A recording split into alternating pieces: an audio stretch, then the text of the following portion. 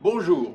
Le 8 octobre dernier et à l'occasion de son 42e chapitre, la confrérie souveraine et jubilatoire de la Carotte de Blagnac m'a fait l'honneur de m'introniser chevalier au sein de cette digne institution.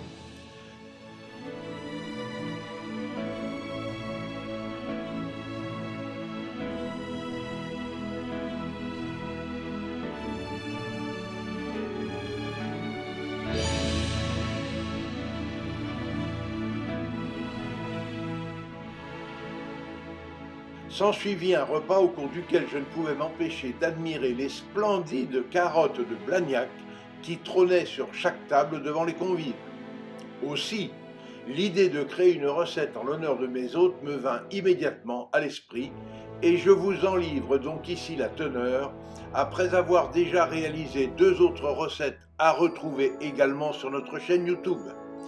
Des carottes et leurs fans en 3 états, râpé, pesto et beignets, et une tarte aux carottes, noisettes, lard fumé et comté.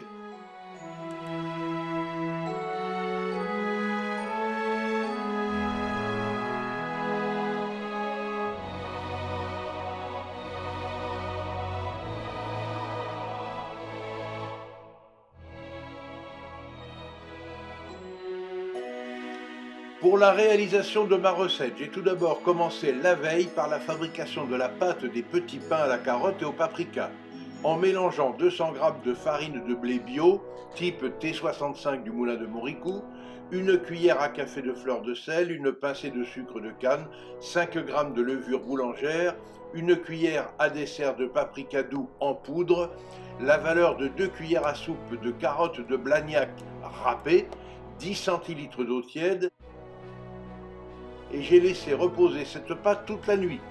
Le jour J et 2 heures avant le service, j'ai façonné et cuit au four à 180 degrés pendant 35 minutes les pâtons des petits pains installés dans des cercles adressés.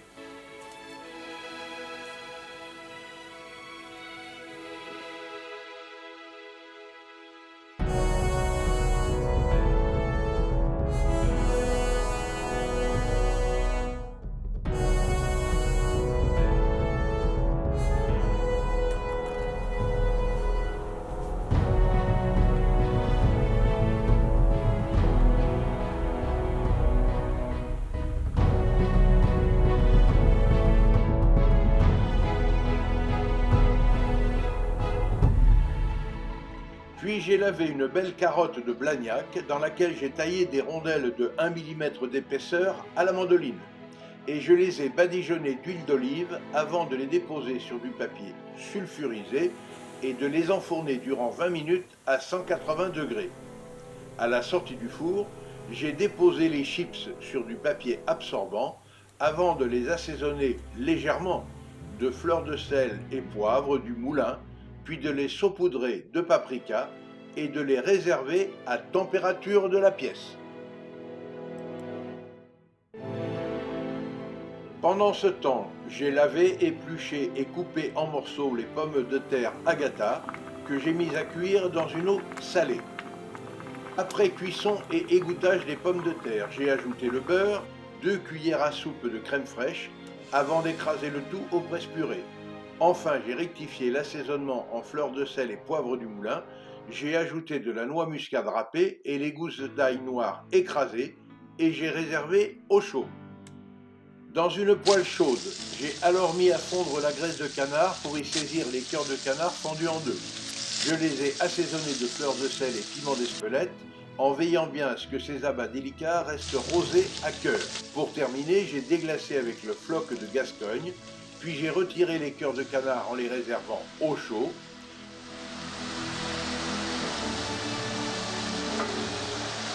J'ai alors ajouté 2 cuillères à soupe de crème fraîche en mélangeant bien l'ensemble et j'ai laissé réduire à feu doux.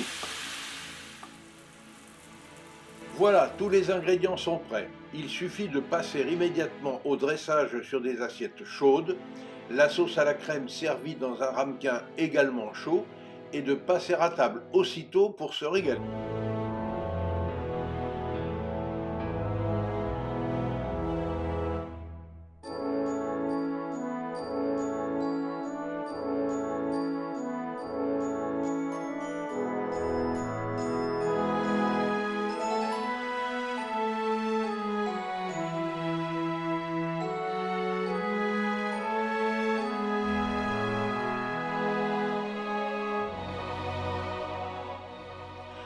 Pour accompagner cette très savoureuse recette et réussir un bel accord mets et vins, je recommande l'excellente cuvée Les Petites Cailles du Clos Triguedina de Jean-Luc et Sabine Baldès, installés à Vire-sur-Lot, dans le département du Lot, bien évidemment.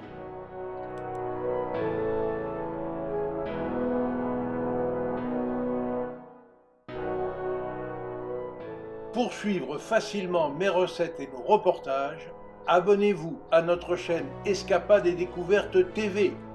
Vous y découvrirez aussi nos accords mets et vins. Et notez bien que l'abonnement est gratuit. Et surtout, obligez-vous à faire travailler les producteurs locaux de vos régions. Vous participerez ainsi à la sauvegarde des artisans du goût français.